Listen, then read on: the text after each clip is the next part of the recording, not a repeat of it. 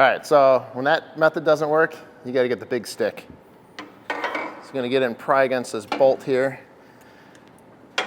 There we go.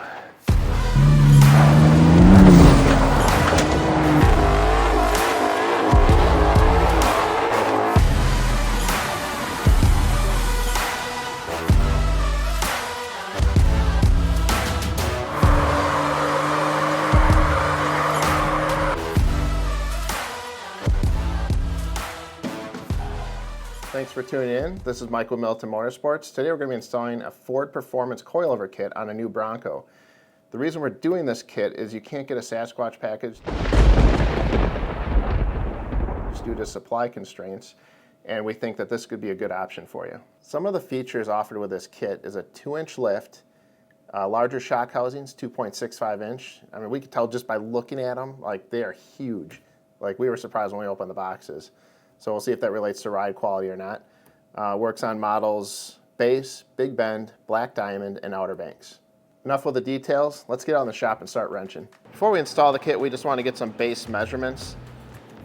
So right here, the front, 36.5 inches.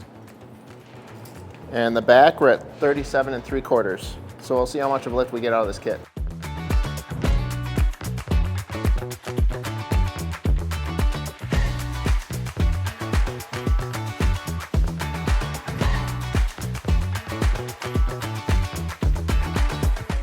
We're out here at the Bronco now. We're going to get started with this install. It comes as a complete coilover set, so basically we can swap out this entire package here. We're going to start by taking these 3 nuts off the top here. They're 15mm. Deep well socket will be needed.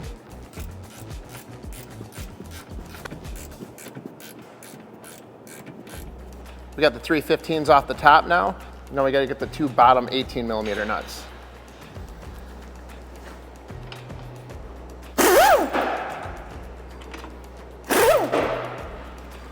Next, we're going to take off the nut for the upper control arm ball joint.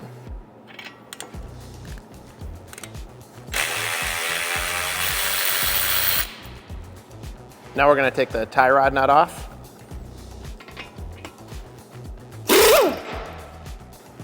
There's a 10mm bolt right here.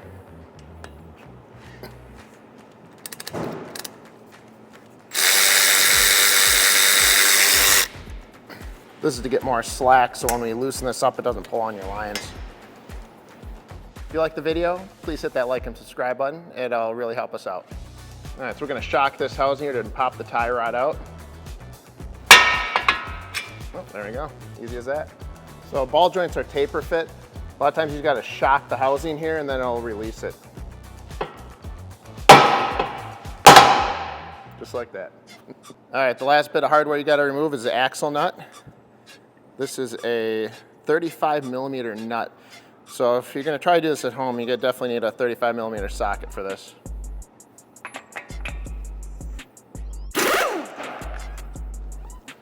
So for those of you doing this as a DIY project, a little trick is to take the nut, screw it back on, make sure you get some good engagement on the threads.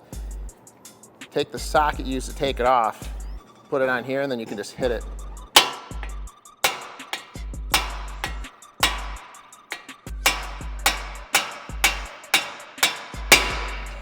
And there, now it's going in. If you don't have an air hammer, this is a good way to do it. So the next step is a little tricky, it can be a little tough. You gotta pull this down to push everything out of the way, get these studs clear of this tower here, and then you can slide it this way and lift it out. So we're gonna see if we can do it here without any special tools.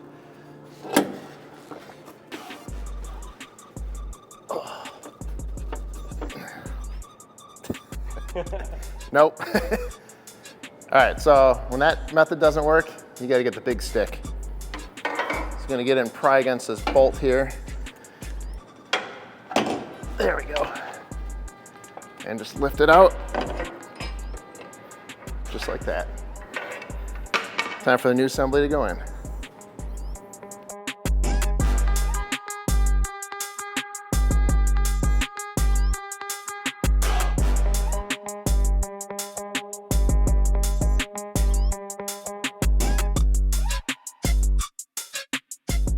So All that hardware you just took off, you can throw in the garbage because you get all new hardware. Everything's new.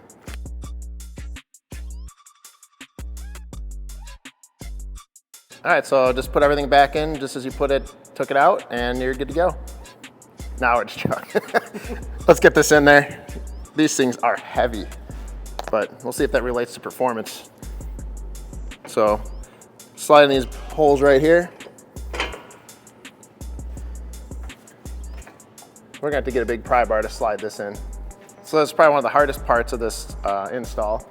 Hopefully you have a buddy to help you out with a pry bar and brought him some beer. But got Doug here, he's gonna help me push this down so I can slide this into place.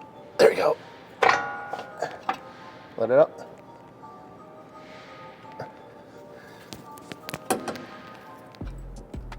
There you go, there we go. Whew. That's a workout. We're gonna start by attaching the upper control arm. That's the nut that has this free spinning washer on it. Slide it over, pull this down.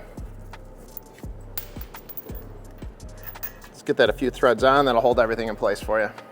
Next we're gonna put the tie rod in. Just start that by hand right there. Slide this bracket back in place here. This tab goes in this upper hole here. That's the only piece of hardware we're gonna be reusing. That's this 10 mil bolt.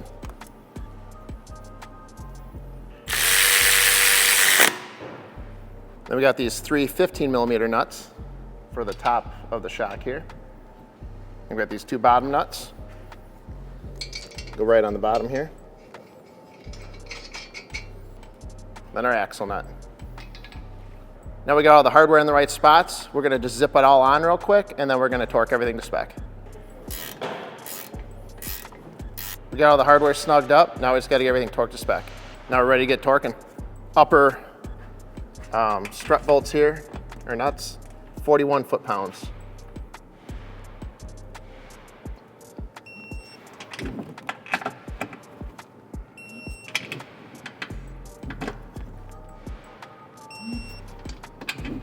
$66 foot-pounds for these 2 lower nuts. Now we got 46 foot-pounds for this tie rod. All right, and 46 for this upper ball joint.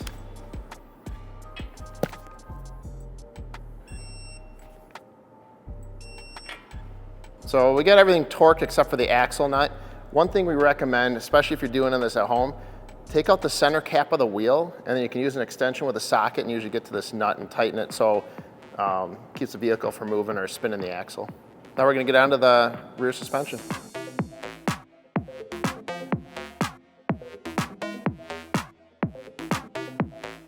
So the rear is gonna be a breeze compared to the front. I got the hard part done first. First we gotta remove this fender liner. Then there's 3 nuts on the top of the strut here and 1 big lower bolt. The whole thing should come out. All right, we got 3 7 mil bolts, 1 here, and here. And we're gonna pry this clip out.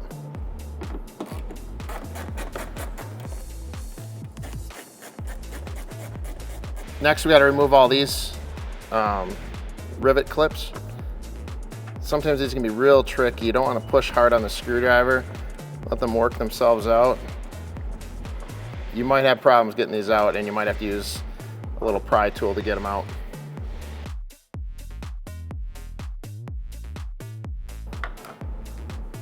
And then these nuts right here, you can just use your hand.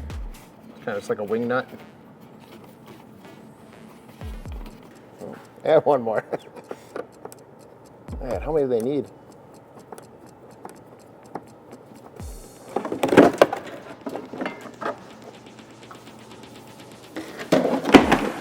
For this part, I would recommend having a long handle 15 millimeter ratcheting wrench.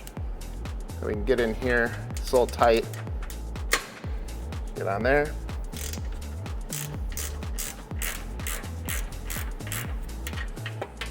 Let's get all 3 of these off.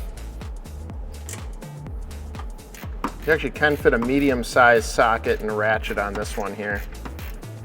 As you're taking the 3 nuts off the top here, it is gonna slightly come out, but it's still all supported, so it's nice and loose, but once we take this lower bolt off, then the whole thing will come right out. Right, we're going to remove the bottom bolt now. You'll need a 30mm wrench and a 27mm socket. So I got an impact here. It's going to hold this side.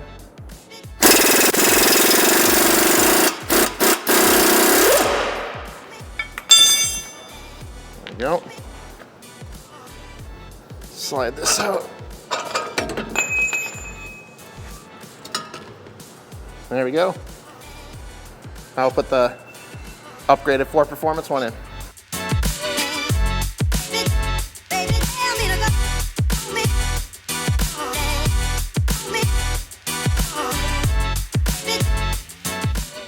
Install is just the opposite of removal, so we're going to go ahead and start with the lower bolt.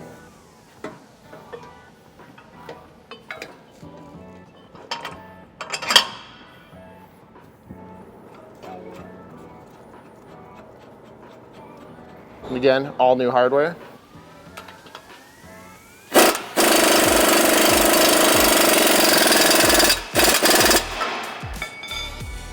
We'll just double check the torque later. So now that's all bolted in. You can easily just lift this up enough to get these nuts started.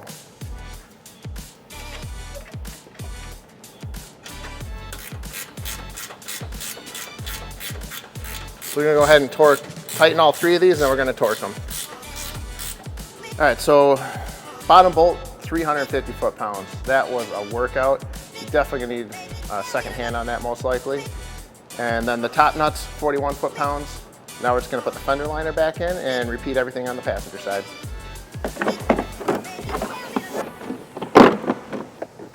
Best way to do it is line it up with a stud first.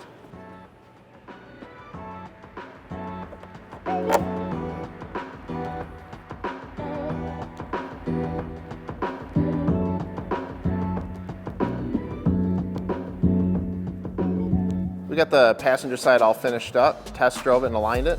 Now we're gonna get some final measurements, see how much lift this actually gave it. One other thing, the stock wheels are not on this anymore. We did the measurements with the stock wheels. These are actually Sasquatch tires. So this is basically the increase with the Sasquatch tires and the lift kit. So we're at about 38 3/4, and it was 36.5 before. So that's 2 1/4 inches taller than before. So let's see what the back has. The rear before was 37 3/4, and now we're at, that is 41. So that is 3 1/4 inch lift in the rear, so about 1 inch more than the front with this whole setup. Just a couple things to go over with this kit. During the test drive, we basically believe this drives pretty comparable to a stock Sasquatch. Get about the same ride height and everything like that. So if you couldn't order a Sasquatch, this is a great kit to get. A couple other things, the nuts in the package. We noticed it because when we were threading them on, they didn't want to go on properly. They gave us the wrong thread pitch nuts, so make sure you check those and get the right nuts. We found out they're actually the same as a S550 Mustang. So if you don't have the right nuts in your package, get the S550 Mustang strut mount nuts. So we hope you liked the video. Make sure to hit that like and subscribe. It really helps us out. Let us know in the comments section what you think about this kit, or if you have any ideas of what kit might even be better than this one. So thanks for tuning in, and we'll see you on the next video.